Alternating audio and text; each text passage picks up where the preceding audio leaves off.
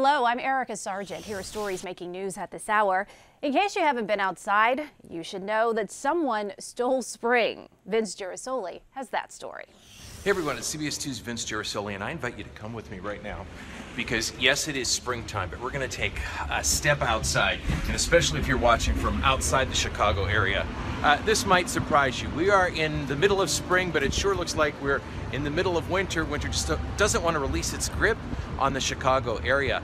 We may see a high temperature today of only 38 degrees, and temperatures normally at this time of year are about 59 degrees in our area. No, we don't have the blizzard conditions that they had in Minnesota, but we do have what looks a lot more like winter.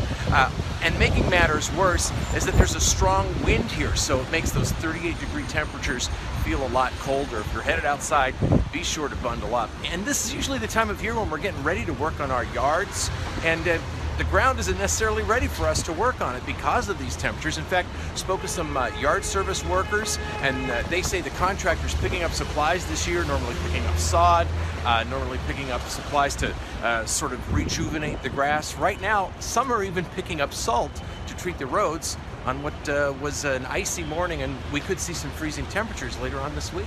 There is a push to extend the Green Line, but not everyone is on board. Dorothy Tucker reports. Okay, we are standing in front of 63rd and Cottage. That's where the Green Line now stops at 63rd and Cottage. In the 1990s, that Green Line used to extend all along 63rd Street until you got to about Dorchester in 63rd. The elevated tracks continued all the way down there. 1997, they were torn down. They were torn down at the time because the people in this community felt like this whole stretch was really very dark, that it was dangerous, and the plan was to revitalize the community, to bring more retail, to bring more homes. So the people in the community fought to get the track torn down. And in fact, a few years after that, there are homes that are $500,000 homes that are down there. There is some new retail down that way. But recently, because of the Obama Library, there is a petition.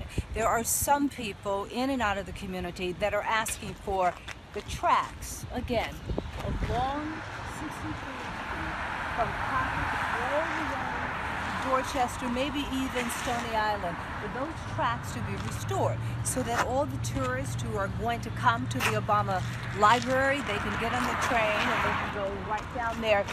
And that's where the controversy is. That's where the split is. There are some who are saying, do you remember why we tore this down in the first place? And there are others that are saying, yes, but now we're talking about the Obama Library. The CTA is weighing in on this.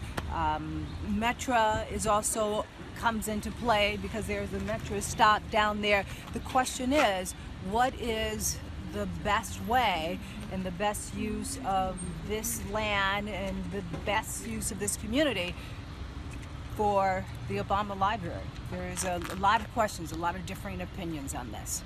And finally, meteorologist Mary Kay Kleist has your forecast. We are keeping chilly winds in the forecast this evening, but the snow tapers off overnight. So it'll be with us here through sunset, but then it all comes to an end. You can see this big system pinwheeling over the Great Lakes region, holding the clouds in place. A lot more snow, though, for southwestern lower Michigan and as we head into northwest Indiana. But this will be winding down as we go through the evening hours. Last place to clear out will be LaPorte County as we get into the overnight hours. So we're going to see it be breezy this evening, and those winds are chilly. But then the snow finally tapers off, and it'll be nice to see a little sunshine tomorrow.